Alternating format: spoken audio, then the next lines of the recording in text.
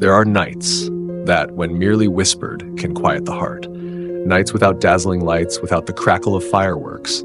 Only the vast, silent sky, the crescent moon hanging delicately, and within each soul, a whisper so profound that even heaven and earth seem to listen. It is said that there exists a night when one's destiny can be rewritten. A single sincere prayer, a solitary tear shed in humility, is enough to alter not just one person's fate, but perhaps the course of the entire world. Yet the most curious thing of all is, no one knows exactly when that night arrives. It slips by like a gentle desert breeze, hidden behind numbers, calendars, predictions, and maybe that very mystery is why millions of hearts, year after year, persist in seeking it.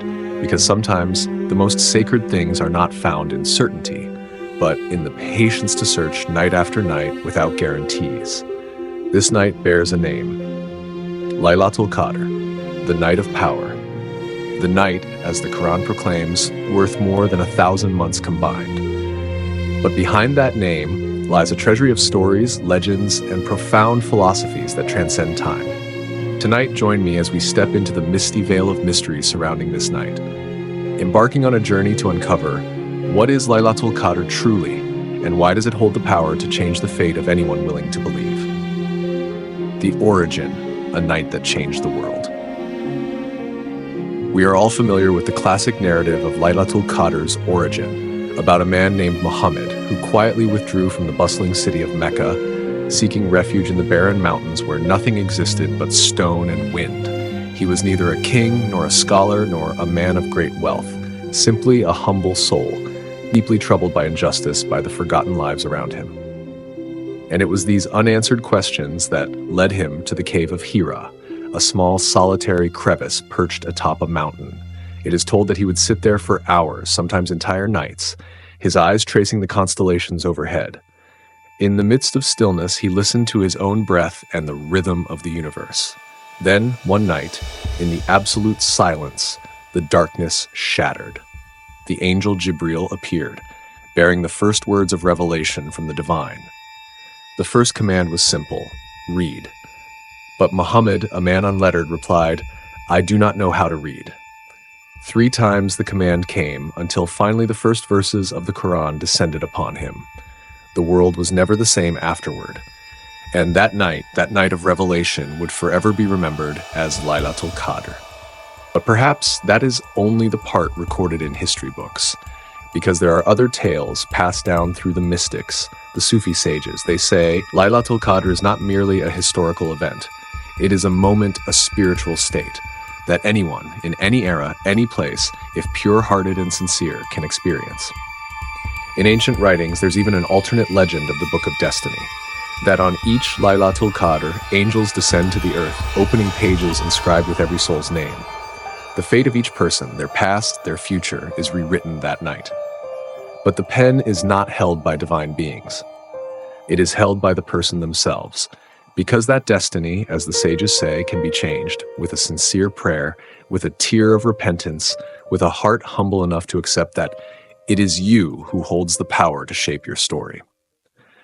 Perhaps that is why, for centuries, even though no one knows for sure if the night falls on the 23rd or 27th, the faithful still persist, staying awake through the last 10 nights of Ramadan. Because to them, it's not about knowing precisely, but about living as if every night could be the night of power, if the heart is open enough to receive. Meaning, the deeper meaning of Laylatul Qadr. At first glance, these 3 words may seem simple, but much like hidden pearls beneath layers of sand, the deeper you look, the more shimmering meanings you uncover. In Arabic, Qadr holds far more than one meaning. It can mean power, the night of power. But that's only the surface. Dive deeper, and Qadr also means measure. A night when every action, every thought, every whisper is weighed, measured carefully, as if there's an invisible scale hanging between heaven and earth, tipping ever so slightly with each beat of your heart. But there's more. Qadr also means destiny, not a rigid fate carved in stone, but a destiny still unwritten, open for you to shape, to redefine within that single night. Sufi scholars often say, every act on Laylatul Qadr leaves a mark, a fresh stroke on the canvas of your destiny. And that's why the value of this night isn't in the passing hours. It lies in how fully you live each moment. Interestingly, the idea of one single night or one moment deciding the course of destiny isn't unique to Islam. In Christianity, theologians have long spoken of the dark night of the soul, a night when the soul feels most empty, most lost. But paradoxically, it's also when light finally breaks through, when letting go becomes liberation.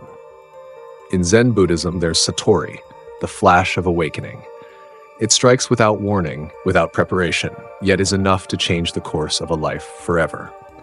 And in the verses of Rumi, the famed Sufi poet, he writes, "The wound is the place where the light enters you." Perhaps Lailatul Qadr is much the same. No one knows exactly which night it falls on.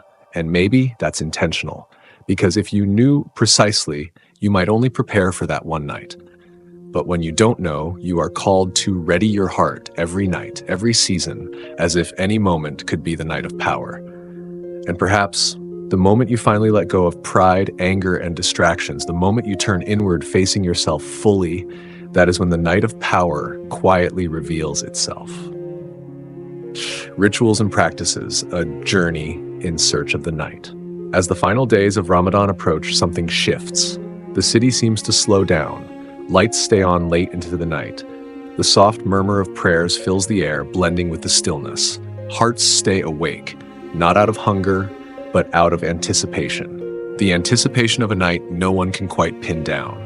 Millions of people, from small desert villages to the busiest cities in the world, embark on a special journey. No one forces them, no worldly reward is promised. Yet, night after night, they rise, bow, and whisper prayers. They read verse after verse of the Quran, focusing every breath, every word, as if each syllable could touch the heavens.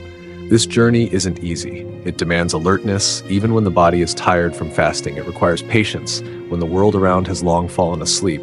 And above all, it asks for humility, a recognition of how small we are in the grand rhythm of the universe. But the rituals of Lailatul Qadr are not just about the outer actions, standing, bowing, reciting. They are acts of release, letting go of grudges long held, shedding anger, shedding pride, unburdening the soul from the weights it carries year after year.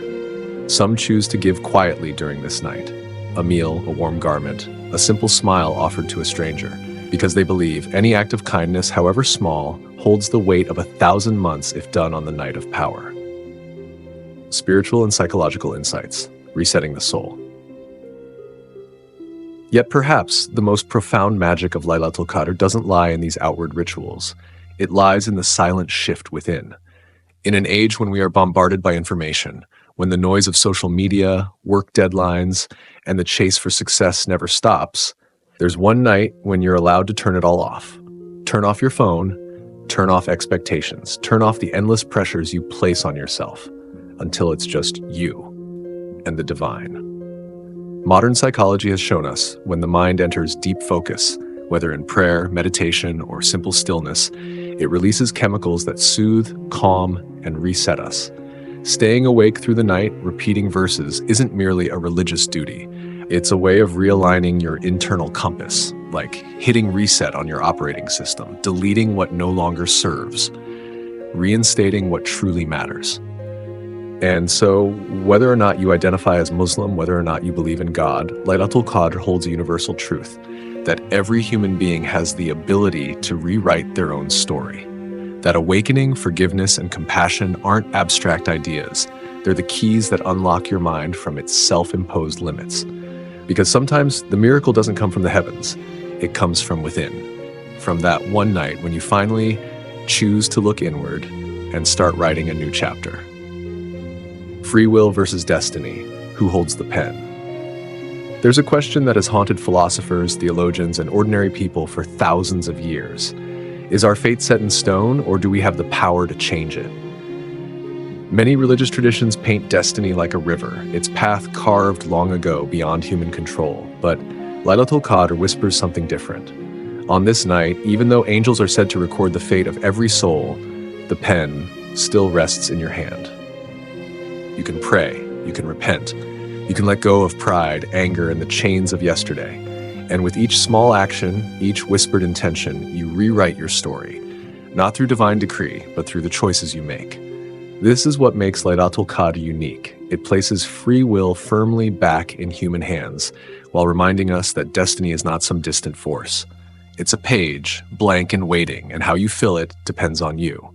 Maybe that's why the Night of Power continues to captivate hearts, because deep down we all long to know we have the ability to rewrite the narrative of our own lives.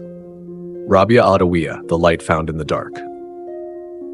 Over 1,000 years ago, in the city of Basra, there lived a woman named Rabia al-Adawiyya. She wasn't born into privilege, she wasn't a scholar nor a queen. Born into poverty, orphaned as a child, Rabia spent her early years as a servant.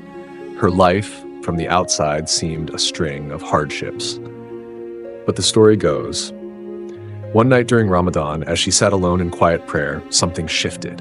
Where others prayed for heaven or feared hell, Rabia's prayer was different. She prayed purely out of love, not asking, not bargaining, just loving the divine for no reason but love itself.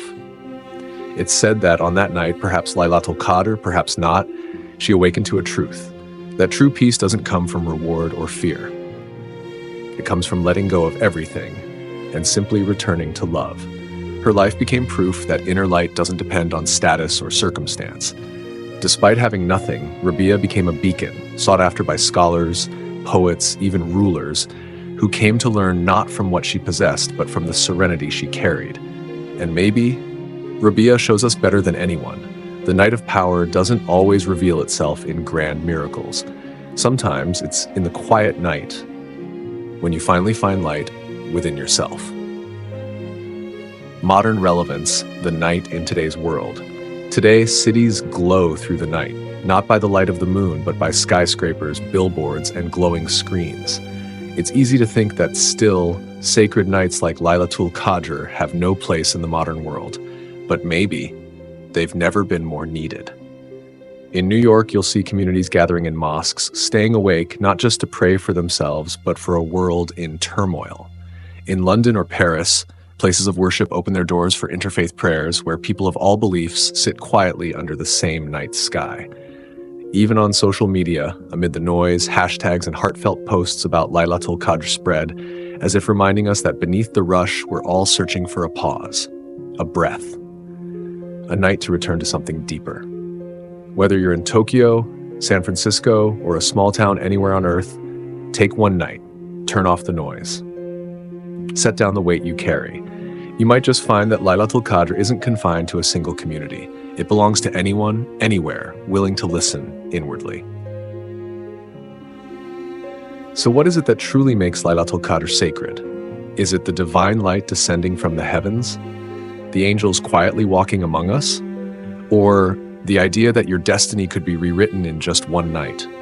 Maybe all of that is true, but maybe the secret is even simpler. It's the one night where you finally pause long enough to face yourself, where you realize your fate isn't etched in stone, it's an unwritten page waiting for you to pick up the pen. So let me ask you,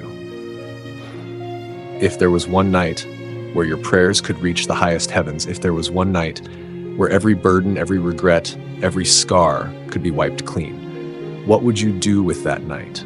Would you sleep through it, or would you rise and begin rewriting your story?